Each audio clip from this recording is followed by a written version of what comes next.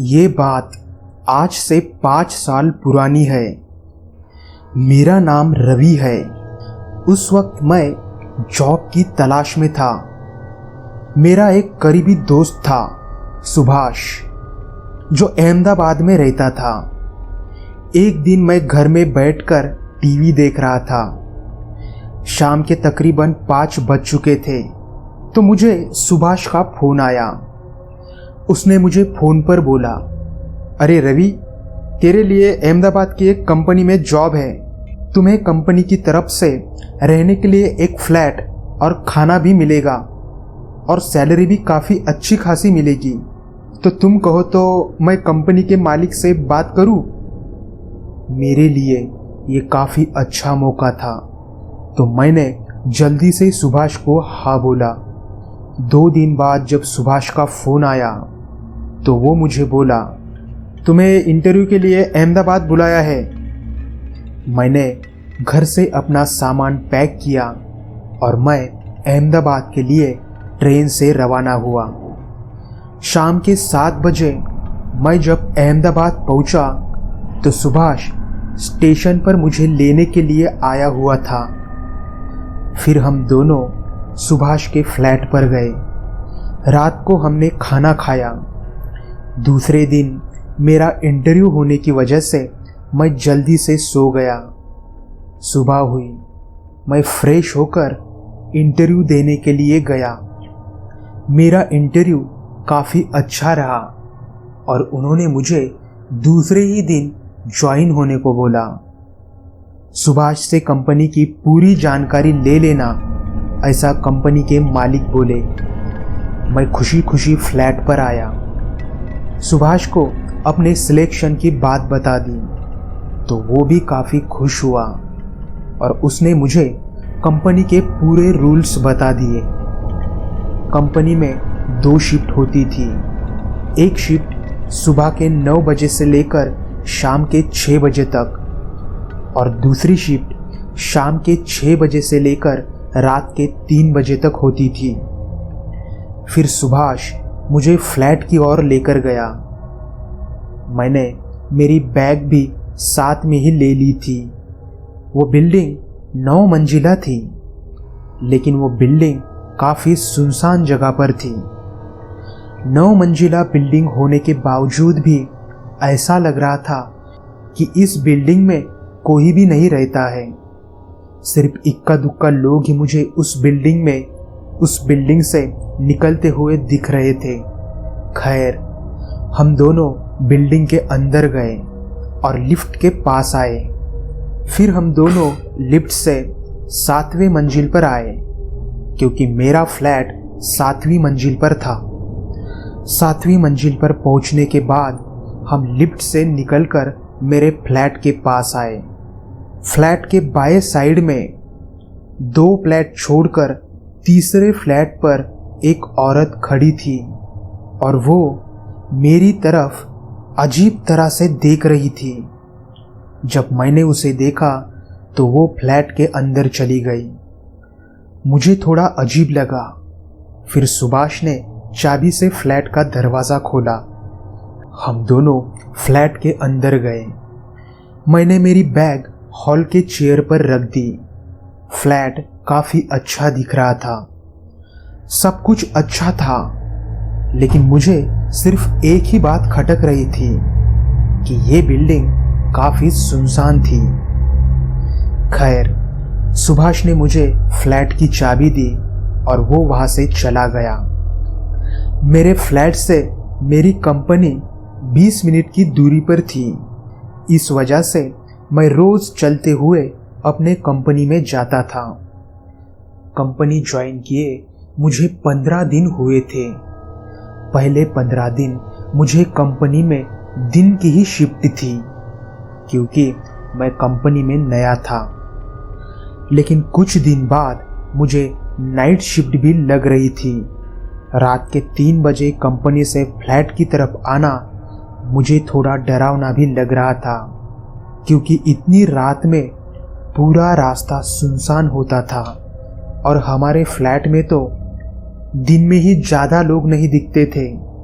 तो रात के वक्त दिखना तो मुश्किल ही था, लेकिन कंपनी की सैलरी अच्छी होने की वजह से मैं कुछ बोल भी नहीं सकता था। ऐसे ही एक रात मैं जब नाइट शिफ्ट करके अपने फ्लैट की ओर आ रहा था, उस रात मेरे मन में काफ़ी डरावने ख्याल आ रहे थे।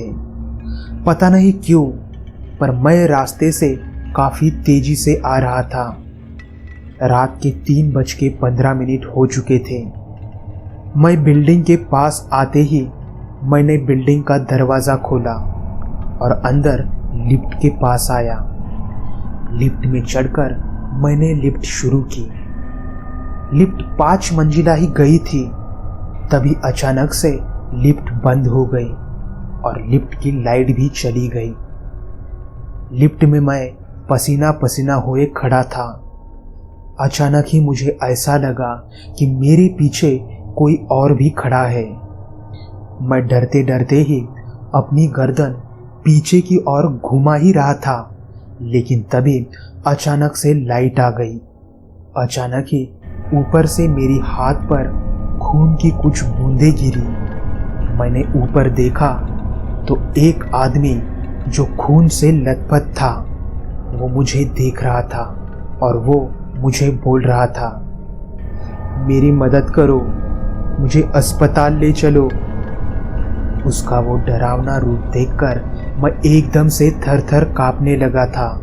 पहले ही मैं रास्ते से आते आते घबराया हुआ था और ऊपर से ये सब देखकर मुझे ऐसा लग रहा था कि मानो आज मेरा आखिरी दिन है। मैंने जल्दी से लिफ्ट का दरवाज़ा खोलने की कोशिश की, लेकिन दरवाज़ा खुल ही नहीं रहा था। वो आदमी काफ़ी हंस रहा था और मुझे बोल रहा था, ये दरवाज़ा मेरे सिवाय कोई भी नहीं खोल सकता। मैं लिफ्ट में काफ़ी ज़ोर ज़ोर से चिल्लाने लगा था और दरवाजे पर काफ़ी ज़ोर ज़ोर से हाथ पैर मार रहा था और तभी अचानक से लिफ्ट का दरवाज़ा खुला और मैं बाहर आ गया। मैंने देखा कि मैं 7वीं मंजिल पर हूँ।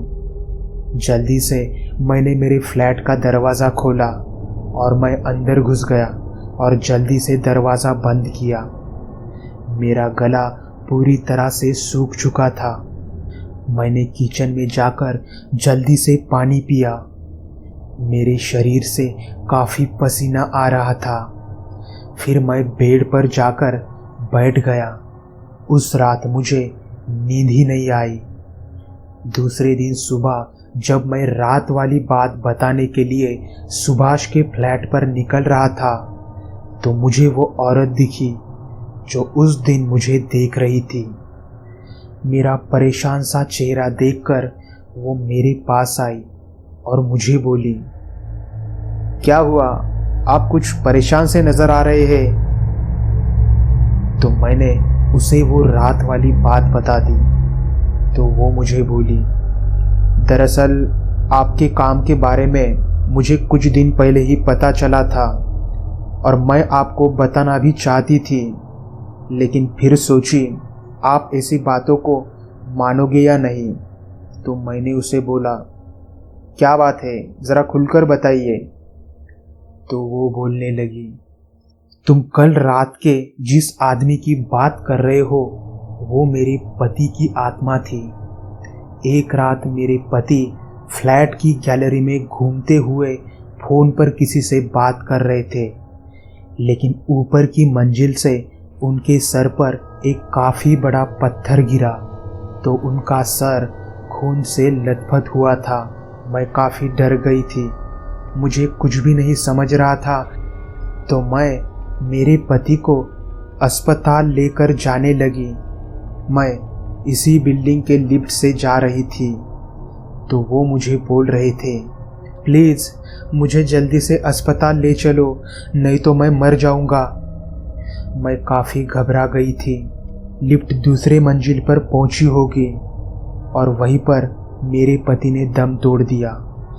तब से वो रात को किसी न किसी को तो दिखते ही है और इसी वजह से इस बिल्डिंग में ज़्यादा लोग नहीं रहते हैं।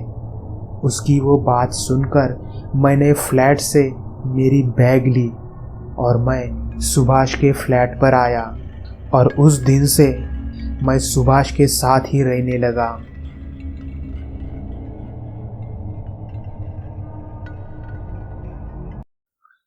तो दोस्तों, आज के लिए बस इतना ही। अगर कहानी अच्छी लगी हो तो उसे लाइक, शेयर, कमेंट और चैनल को सब्सक्राइब ज़रूर कर दीजिए ताकि आपको ऐसी ही डरावनी कहानियाँ सुनने को मिल सके। तो चलिए दोस्तों, अब हम मिलेंगे कल रात 10 बजे। तब तक के लिए अपना और अपने परिवार का ख्याल रखिए।